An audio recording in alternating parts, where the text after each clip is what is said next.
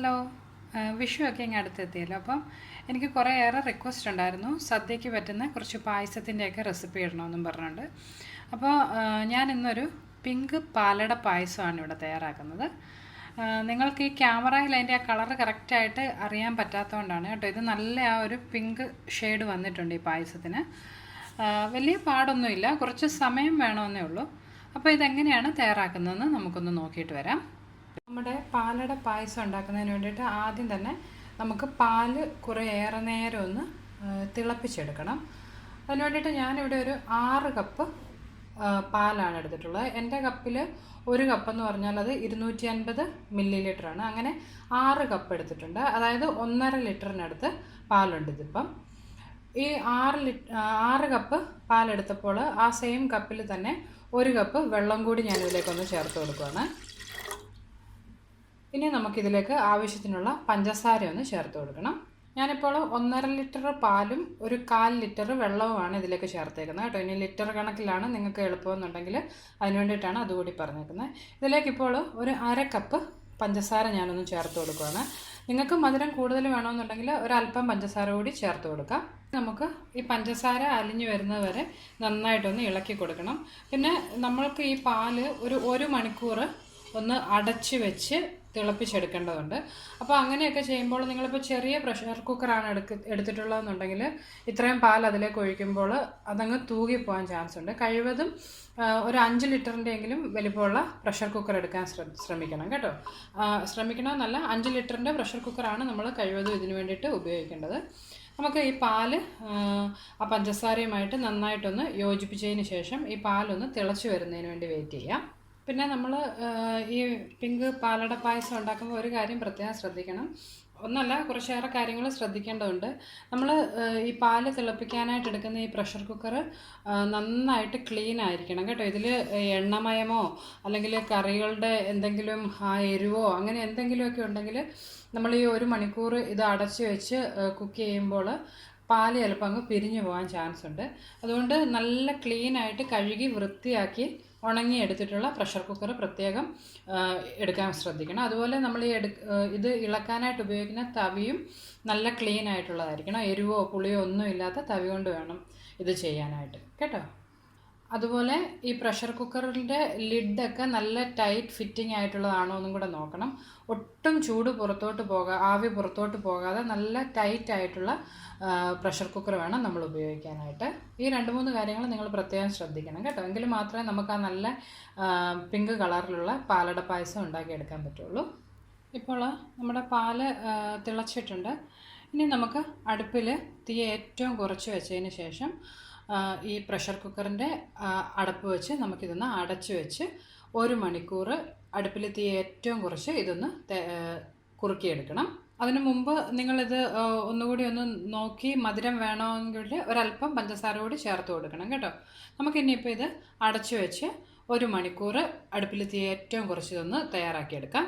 ഞാനിപ്പോൾ ഇതിൻ്റെ അടപ്പ് വെച്ച് ഒന്ന് അടച്ചിട്ടുണ്ട്. അതുപോലെ ഇതിൻ്റെ ആ വിസിലും ഒക്കെ ഒന്ന് ഇട്ട് കൊടുത്തിട്ടുണ്ട്. നമുക്കിനി ഇത് നിങ്ങളുടെ അടുപ്പിൽ ഏറ്റവും തീ കുറച്ച് വരുന്ന ബർണർ ഏതാണെന്നാൽ അതിൽ വെച്ച് 1 മണിക്കൂർ ഒന്ന് കുക്ക് ചെയ്യണം. പിന്നെ ചിലപ്പോൾ ഒരു 1-2 വിസിലൊക്കെ വന്നെന്നിരിക്കും. അതിൽ കൂടുതൽ വിസിൽ വരാതെ ഏറ്റവും തീ കുറച്ച് വെച്ച് ചെയ്യണം കേട്ടോ. അപ്പോൾ നമുക്ക് 1 മണിക്കൂർ കഴിഞ്ഞിട്ട് ബാക്കി കാര്യങ്ങൾ നോക്കാം. അപ്പം നമ്മൾ ആ പാല് പ്രഷർ കുക്കറിൽ വെച്ചിട്ട് ഒരു അരമണിക്കൂറിൽ കൂടുതലായിട്ടുണ്ട്. ഞാനിപ്പോൾ അത് മറ്റൊരടുപ്പിലേക്കൊന്ന് മാറ്റിയിട്ടുണ്ട്. ഇവിടെ വേറൊരു സോസ് പാനിൽ ഞാൻ കുറച്ചേറെ വെള്ളം ഒന്ന് നന്നായിട്ട് തിളയ്ക്കാൻ വെച്ചിട്ടുണ്ട്. ഈ വെള്ളം ഒന്ന് തിളച്ച് വരുമ്പോൾ ഇതിലേക്ക് നമ്മളുടെ അട നമുക്ക് ചേർത്ത് കൊടുക്കണം. നമുക്ക് 2 തരത്തിലുള്ള അടകൾ കിട്ടും. ഒന്ന് നല്ല വെള്ള കളറിലെ അടയും പിന്നെ ഒന്ന് നമ്മുടെ മട്ട അരി കൊണ്ടുള്ള അടയാണ് കിട്ടുന്നത്. എനിക്കിന്നിവിടെ ആ വെള്ള കളറിലെ അട കിട്ടിയില്ല കേട്ടോ. എനിക്കാകെ കിട്ടിയിട്ടുള്ളത് ഈ ഒരു കളറിലേതാണ്. നിങ്ങൾക്കിപ്പോൾ ആ വെള്ള കളിലെ കിട്ടുകയാണെങ്കിൽ അതായിരിക്കും കൂടുതൽ നല്ലത് ഇതിലേക്ക് ചേർക്കുന്നതിന്. നമ്മൾ 1.5 ലിറ്റർ പാലെടുത്തപ്പോൾ അതിലേക്ക് ചേർക്കാനായിട്ട് ഞാനിവിടെ ഒരു 100 ഗ്രാം അടയാണ് എടുത്തിട്ടുള്ളത്. ഇതുപോലെ ചെറിയ അടയുള്ള ഇത് എടുക്കാൻ പ്രത്യേകം ശ്രദ്ധിക്കണം. വലിയതായിട്ടുണ്ടെങ്കിൽ നന്നായിട്ട് വെന്ത് കിട്ടത്തില്ല. നമുക്കിപ്പോൾ ഇത് ഞാൻ എന്നിട്ട് ഒന്ന് കഴുകി ആ വെള്ളം ഒന്ന് തോർന്നു പോകുന്നതിന് വേണ്ടിയിട്ട് ഇവിടെ ഒരു അരിപ്പയിൽ വെച്ചിട്ടുള്ളതാണ്. നമ്മുടെ ഈ വെള്ളം ഇപ്പോൾ ഒന്ന് തിളയ്ക്കാൻ തുടങ്ങിയിട്ടുണ്ട്. ഈ വെള്ളത്തിലേക്ക് ഈ കഴുകി വെച്ചിട്ടുള്ള അട നമുക്കൊന്ന് ചേർത്ത് കൊടുക്കാം. കുറച്ചേറെ വെള്ളം വെക്കണം കേട്ടോ. നമ്മൾ 100 ഗ്രാം അട ചേർക്കുമ്പോൾ അത് ഒന്ന് വെന്ത് കുറച്ചും കൂടി ഒന്ന് പൊങ്ങി വരും. അപ്പോൾ അത് മുങ്ങിക്കിടക്കുന്നതിന് ആവശ്യമായിട്ടുള്ള വെള്ളം നമ്മൾ വെച്ചേക്കണം. ഇതിനെയും ഒന്ന് തിളപ്പിച്ചതിന് ശേഷം തീ ഓഫ് ചെയ്ത് ഈ പാൻ നമുക്ക് അടച്ച് വെച്ച് ഒരു അരമണിക്കൂർ അതുപോലെ തന്നെ അടച്ചു വെക്കണം. അപ്പോൾ ആ അരമണിക്കൂർ ആ വെള്ളത്തിൻ്റെ ചൂട് കൊണ്ട് ഈ അടയങ്ങ് നന്നായിട്ടൊന്ന് വെന്ത് കിട്ടും. അതുപോലെ നിങ്ങൾ ഈ പ്രഷർ കുക്കർ വെച്ചതിന് ശേഷം ശ്രദ്ധിക്കണം കേട്ടോ, അതിൽ നിന്ന് ആ പ്രഷർ വരുന്നുണ്ടോ എന്ന്. നിങ്ങൾക്ക് കേൾക്കാവോ എന്നറിയത്തില്ല, ചെറുതായിട്ട് ആ പ്രഷർ വരുന്ന സൗണ്ട് നമുക്ക് കേൾക്കാം. അത് വരുന്നുണ്ടോ എന്ന് നോക്കണം. ഇല്ലെങ്കിൽ തീ ഒരു അല്പം കൂടി കൂട്ടി വെക്കണം. പിന്നെ ഇപ്പോൾ ഞാൻ ഇത്രയും നേരം വെച്ചപ്പോൾ ഒരു തവണ ഒന്ന് വിസിൽ വന്നായിരുന്നു. അതുകൊണ്ട് ഞാൻ തീ ഏറ്റവും കുറച്ചാണ് ഇപ്പോൾ വെച്ചിട്ടുള്ളത്. ഒന്നിൽ കൂടുതൽ വിസിൽ വരുന്നത് നല്ലതല്ല കേട്ടോ. നമ്മുടെ ആ പാല് നല്ല പിങ്ക് കളറായി കിട്ടത്തില്ല. അതുകൊണ്ട് അത് പ്രത്യേകം ശ്രദ്ധിക്കണം. ഇതിപ്പോൾ നമ്മുടെ അട ആ വെള്ളത്തിൽ കിടന്ന് ഒന്ന് തിളച്ചിട്ടുണ്ട്. ഇനി നമുക്ക് ഈ പാൻ അടച്ച് വെച്ച് ഒരു അരമണിക്കൂർ ഇതൊന്ന് കുക്ക് ചെയ്യണം. അപ്പം അടുപ്പിൽ തീ വേണ്ട കേട്ടോ. തീ ഓഫ് ചെയ്ത് അരമണിക്കൂർ ഇതുപോലെ തന്നെ അടച്ചു വെക്കണം. ആ വെള്ളത്തിൻ്റെ ചൂട് കൊണ്ട് അട വെന്ത് കിട്ടിക്കോളും. അപ്പോൾ നമുക്ക് അരമണിക്കൂർ കഴിഞ്ഞിട്ട് നോക്കാം. അതുപോലെ നല്ല ടൈറ്റ് ആയിട്ടുള്ള ഒരു അടപ്പ് പാത്രം വെച്ച് വേണം അടച്ചു വെക്കാൻ കേട്ടോ, ഇല്ലെങ്കിൽ ആവി പുറത്തോട്ട് പോവും. അപ്പോൾ പ്രത്യേകം ശ്രദ്ധിക്കണം. ഇപ്പോൾ ഒരു അരമണിക്കൂറിൽ കൂടുതലായിട്ടുണ്ട്. നമ്മുടെ ആ അടയൊക്കെ ഒന്ന് വെന്ത് വന്നു. അതുപോലെ ഒരു മണിക്കൂർ കഴിഞ്ഞപ്പോൾ ഞാൻ നമ്മുടെ പ്രഷർ കുക്കർ ഓഫ് ചെയ്ത് അതിൻ്റെ ആ പ്രഷർ മുഴുവൻ പോയതിന് ശേഷം ഇതൊന്ന് തുറന്നിട്ടുണ്ട്. നിങ്ങൾക്കിതിൻ്റെ ആ കളറ് കറക്റ്റ് കാണാൻ പറ്റുമോ എന്നറിയത്തില്ല. ആ ഒരു ലൈറ്റ് പിങ്ക് കളർ ഇപ്പോൾ നമ്മുടെ പാലിന് വന്നിട്ടുണ്ട്. ഇനി ഇതെങ്ങനെയാണ് നമ്മുടെ പായസം ആക്കിയെടുക്കുന്നത് നമുക്കൊന്ന് നോക്കാം. അപ്പോൾ ഞാൻ നമ്മുടെ അട ഒരു സ്ട്രെയിനറിൽ കൂടി ആ വെള്ളമൊക്കെ ഒന്ന് കളഞ്ഞ് വെച്ചിട്ടുണ്ട്. പിന്നെ ഇതിന് കുറച്ച് സ്റ്റാർച്ച് കൂടുതൽ കാണും. അപ്പോൾ അതൊന്ന് പോകുന്നതിന് വേണ്ടി ഇതിലേക്ക് ഒരല്പം തണുത്ത വെള്ളം കൂടി ഒഴിച്ച് ഒരു തവണ കൂടി ഒന്ന് സ്ട്രെയിൻ ചെയ്തെടുക്കുവാണ്. ഇതിനി ആ വെള്ളമെല്ലാം ഒന്ന് പോയി കിട്ടുന്നതിന് വേണ്ടി ഒരല്പസമയം നമുക്കൊന്ന് മാറ്റി വയ്ക്കാം. നമ്മുടെ പായസം തയ്യാറാക്കുന്നതിന് വേണ്ടിയിട്ട് ഞാനിവിടെ അടുപ്പിൽ കുറച്ച് വലിയൊരു ഉരുളി വെച്ച് കൊടുത്തിട്ടുണ്ട്.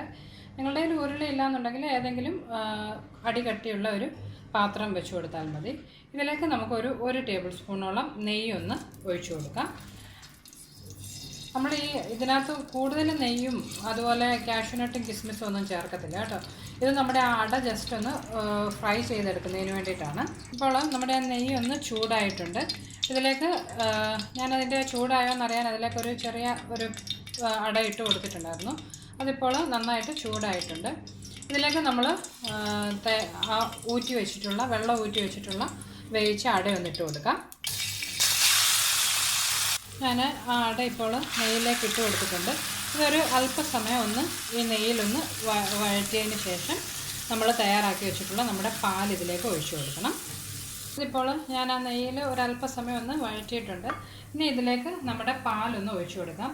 പാലിൻ്റെ മുകളിൽ പാട കെട്ടിയിട്ടുണ്ടെങ്കിൽ അതൊന്ന് മാറ്റിയതിന് ശേഷം വേണം കേട്ടോ ഇതിലേക്ക് ഒഴിച്ചു. നിങ്ങൾക്ക് ആ കളറ് മനസ്സിലാകുന്നുണ്ടോ എന്ന് എനിക്കറിയില്ല, പക്ഷേ നല്ല ആ ഒരു ലൈറ്റ് പിങ്ക് കളർ ഇപ്പോൾ ഇതിന് വന്നിട്ടുണ്ട്. ഇതിനി നമുക്ക് ഒരു മീഡിയം ഫ്ലെയിമിൽ വെച്ച് ഇടയ്ക്കിടയ്ക്ക് നന്നായിട്ട് അടികൂട്ടി ഇളക്കി കൊടുത്തുകൊണ്ടിരിക്കണം. ഇത് കുറച്ചൊന്ന് കുറുകി വന്നതിന് ശേഷം നമുക്ക് തീ ഓഫ് ചെയ്യാം. ഒരു അരമണിക്കൂറിൽ കൂടുതൽ എന്തായാലും വേണ്ടി വരും. അപ്പോൾ ഇടയ്ക്കിടയ്ക്ക് നിങ്ങൾ ഇത് അടുക്കി പിടിക്കാതിരിക്കാൻ നന്നായിട്ട് ഇളക്കി കൊടുക്കണം കേട്ടോ. അപ്പോൾ നമുക്ക് ഇത് ഒരുവിധം ഒന്ന് കുറുകി കഴിഞ്ഞതിന് ശേഷം ബാക്കി നോക്കാം. ഇപ്പോൾ ഒരു അരമണിക്കൂറിൽ കൂടുതലായി ഞാനിത് ഇങ്ങനെ ഇടയ്ക്കിടയ്ക്ക് നന്നായിട്ട് ഇളക്കി കൊടുത്തുകൊണ്ടിരിക്കുമായിരുന്നു. നമ്മുടെ ആ പാലടയൊക്കെ ഇപ്പം നല്ലതായിട്ട് മുകളിൽ വിസിബിൾ ആയിട്ടുണ്ട്. അതുപോലെ ആ പാലും ഒന്ന് കുറുകി കുറച്ചുകൂടി ഒന്ന് തിക്കായിട്ടുണ്ട്. അതുപോലെ നിങ്ങൾക്ക് ഈ ക്യാമറയിൽ കാണുന്ന കളറിനെക്കാട്ടിലും കുറച്ചുകൂടി നല്ല ഡാർക്കായിട്ടാണ് ഇതിരിക്കുന്നത് കേട്ടോ. നല്ല പിങ്ക് കളർ ഇപ്പോൾ വന്നിട്ടുണ്ട്.